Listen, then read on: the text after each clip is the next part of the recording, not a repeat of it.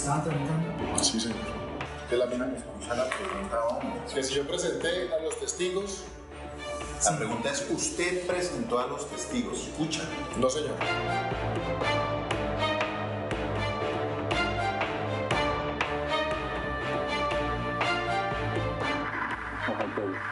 ¿Por qué?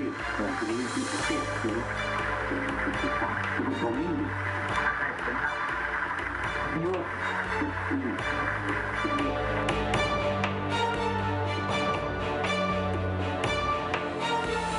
Y a mí me parece que aquí hay un daño que si la justicia colombiana no lo corrige, es insuperable a la justicia y a mi persona. Me retiro, señora juez.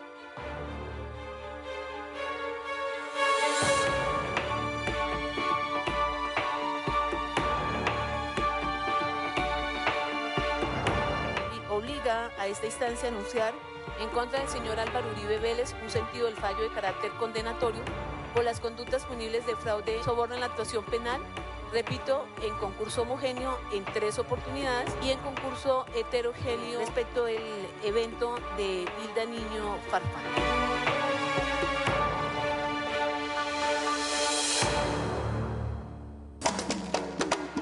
Como dijimos, vamos a hablar ahora con Colombia. Una novedad muy impactante esta semana que fue la condena en primera instancia al expresidente Álvaro Uribe. Y a propósito, vamos a tomar contacto con quien fue vicepresidente de Colombia, Francisco Santos, que seguramente nos está escuchando desde Bogotá. Buenas noches, Francisco Santos. Desde Buenos Aires lo saluda Eduardo Van der Koy. Buenas noches, Eduardo. Doctor, primera pregunta. Ustedes han denunciado este fallo como una maniobra de persecución política. La pregunta estaría vinculada a cuánto estiman ustedes que el Poder Judicial hoy está vinculado o atado políticamente al Poder Ejecutivo, si se quiere, al gobierno de Gustavo Petro.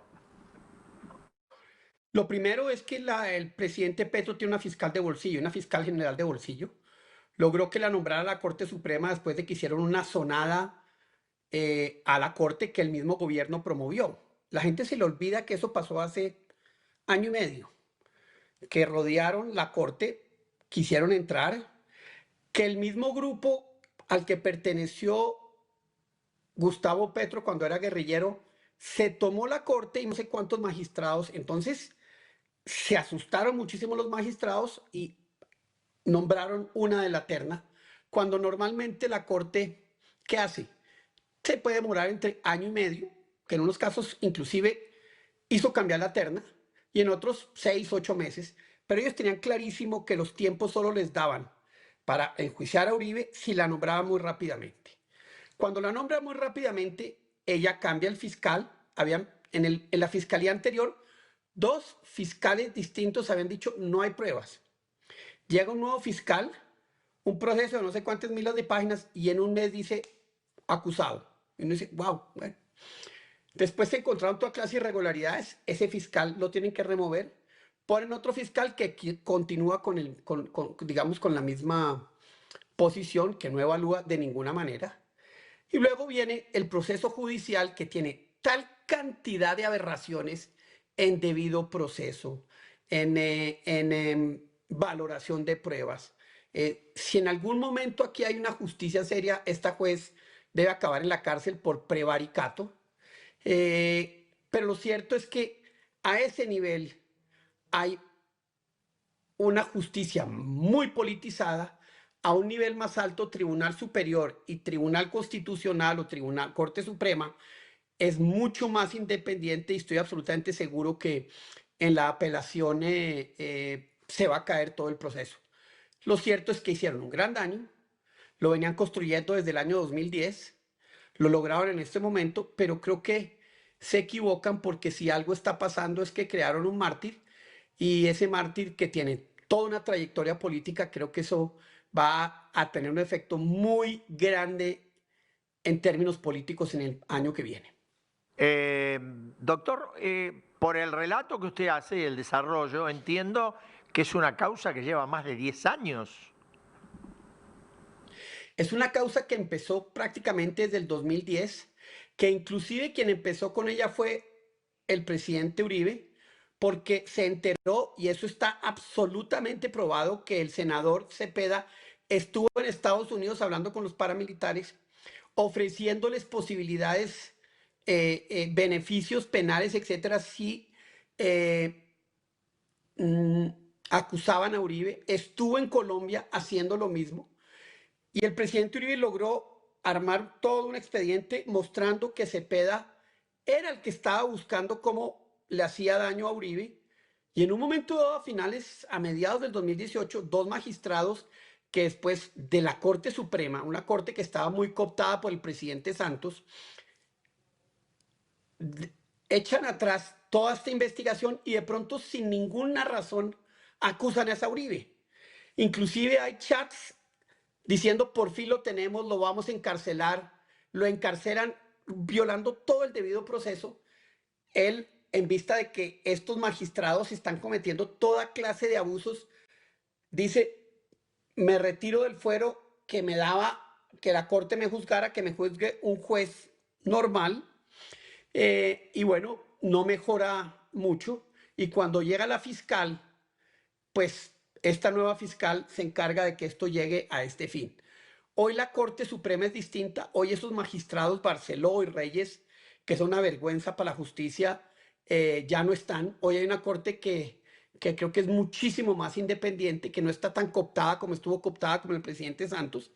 Pero lo cierto es que le hicieron un daño personal y por una razón fundamental, porque Uribe era un símbolo. Uribe salió del gobierno con un 75% de favorabilidad. Esta guerra jurídica la empieza Chávez con Petro, con una senadora que murió, que se llama Piedad Córdoba, con el mismo Iván Cepeda. Hay un preso ahorita en Estados Unidos que se llama el Pollo Carvajal, que era el enlace de Chávez con el ELN y con todo esto que se empezó más o menos en el 2007, y por una razón política, porque Uribe era un símbolo de toda una cosa totalmente distinta, de una derecha seria, de una derecha respetuosa a la institucionalidad, de una derecha con autoridad en seguridad, de una derecha cercana al ciudadano, de una derecha que daba resultados. Todo lo que se logró en esos 8 años fue increíble y por eso salió con esa popularidad. Y la izquierda, Foro de Sao Paulo, todo eso que hay construyeron, pero sobre todo la izquierda más conspiradora, donde está el actual presidente de Colombia y otros, dijeron, necesitamos destruir a Uribe. Lograron hacer ese daño, pero lo cierto es que esto apenas está empezando. Creo que en esta campaña el Uribe se va a convertir ahora sí en un símbolo de Colombia, los malos están ganando. Mire lo que está pasando. Timochenko, alias Timochenko, el jefe de las FARC, un hombre jefe de una organización que asesinó 18.000 niños. Sandra Ramírez, la esposa de Tiro Fijo, una mujer que era la encargada de obligar los abortos y asesinatos de mujeres de las FARC. Hoy son los que están diciendo que por fin la justicia llegó cuando no pagaron un día de cárcel por todos los delitos. Entonces, sí hay una inversión de valores y creo que eso va a ser lo más importante en la campaña. Doctor, usted mencionó recién, y lo acaba de repetir, este episodio de la condena de Álvaro Uribe como un episodio de campaña. Colombia está en campaña, hay elecciones presidenciales, y usted hablaba de la popularidad que fue real, es cierto que ocurrió hace unos cuantos años, con que Uribe se retiró del poder. Mi pregunta es, ¿qué impacto tiene esto real de afectación de la figura de Uribe, de impacto dentro de lo que es el desarrollo de la campaña en Colombia, que va por el recambio presidencial? Pues mire, lo primero es que Petro ya lanzó su candidato, que es Cepeda, precisamente, el hombre que hizo toda esta persecución y uno de los epicentros. Inclusive ya le está diciendo a los otros candidatos de izquierda, retírense, retírense, retírense. Creo que esto ha generado en el centro derecha, inclusive en la parte del centro izquierda, una mirada distinta a todo esto, diciendo, uy, ¿qué pasó acá? Mi hijo, te doy un ejemplo. Mis hijos, dos de mis hijos, no son uribistas para nada. Y hoy dicen, uy, ¿qué pasó acá? ¿Qué es esto? ¿Qué está pasando con la justicia? Creo que por primera vez hay un elemento del riesgo tan grande que hay en Colombia, que la gente se está despertando. Uribe ya venía con una popularidad que estaba creciendo muchísimo porque él es un hombre muy sensato, él es un hombre muy institucional, él es un hombre tremendamente respetuoso de la democracia, cosa que no lo es el presidente de Colombia, y estaba diciendo las cosas que nadie se atrevía a decir, iba subiendo en popularidad. Yo creo que eso se va a disparar. Yo creo que esto tiene quizás un elemento que es de mucho riesgo para la democracia, y es que al tener a Uribe condenado, esto le da una fuerza al presidente Petro, que es un populista absoluto, al estilo Kirchner en su máxima expresión, al estilo Correa, al estilo Chávez Maduro, al estilo Ortega, al estilo Evo, de decirle, yo logré condenar a Uribe, señor empresario, usted me apoya. Yo logré tener a Uribe donde lo tengo. Si usted apoya a la oposición, yo te voy a joder, perdone. Así va a ser, porque esa es su manera de operar mafiosa. No es sino ver lo que pasó hace unas pocas semanas, donde él sacó unos delincuentes brutales de una cárcel y los llevó a un evento público de él. Un evento público, una plaza pública, lo llevó. Y uno ahí dice, bueno, ¿esto qué es lo que está pasando? Entonces, ese tema del sistema jurídico muy politizado, este tema de su alianza con estas organizaciones criminales, el crimen contra Miguel Uribe, el intento de asesinato, y uno empieza a decir, ¿qué es lo que está construyendo este señor? ¿De verdad quiere simplemente crear condiciones para seguir en el poder a través de otra persona, o quiere quedarse en el poder? Yo creo que él quiere hacer eso, quiere crear una situación de caos tan grande. Si vemos atentados, etcétera, o otro, algo parecido a lo de Miguel Uribe en la campaña, yo estoy absolutamente seguro que él en enero va a sacar un decreto diciendo, tengo que salvar a Colombia, aquí no hay condiciones para seguir el proceso electoral. Ya empezó a cuestionar el sistema electoral, el que lo eligió a él, y suspende las elecciones, y ahí nos va a tocar salir a la calle a sacarlo del poder. Yo creo que ese es un escenario que hoy no es descabellado, y por el contrario, creo que con la condena de Álvaro Uribe se convierte en un escenario cada vez más real. Santos, muchísimas gracias por haber estado esta noche en Datos en The News desde Buenos Aires. Seguramente nos vamos a volver a poner en contacto. Muchísimas gracias de nuevo. Sigan el proceso, porque yo creo que esto va a ser una campaña tan difícil, o quizás mucho más, como fue la campaña electoral del año 90 con 3 candidatos presidenciales asesinados.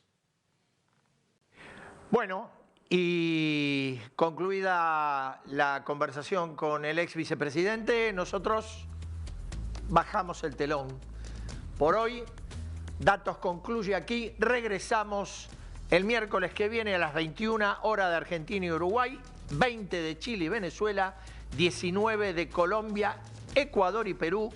Muchas gracias a todos y buenas noches.